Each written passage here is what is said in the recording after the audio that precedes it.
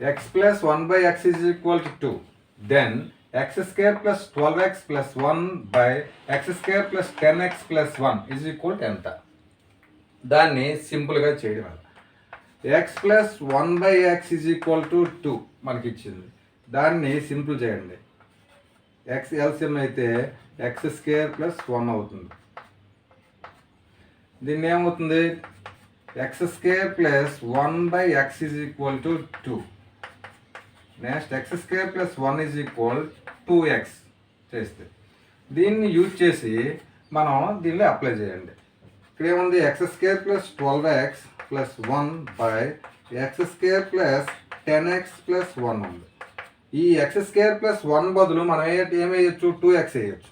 2x plus ఇక్కడ ఎంత ఉంది? 12x కిందకి తీసుకురాండి. ఎక్స్ స్క్వేర్ ప్లస్ 1 బదులు వేయచ్చు మళ్ళీ 2x, ఇక్కడ 10x ఉంది.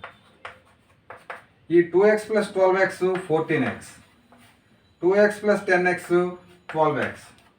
ఈ x క్యాన్సిల్ అవుతుంది. 2తో డివిజన్ చేస్తే 2 7 2 6 ఆన్సర్ ఎంత వస్తుంది? 7/6 ఆన్సర్ అవుతుంది.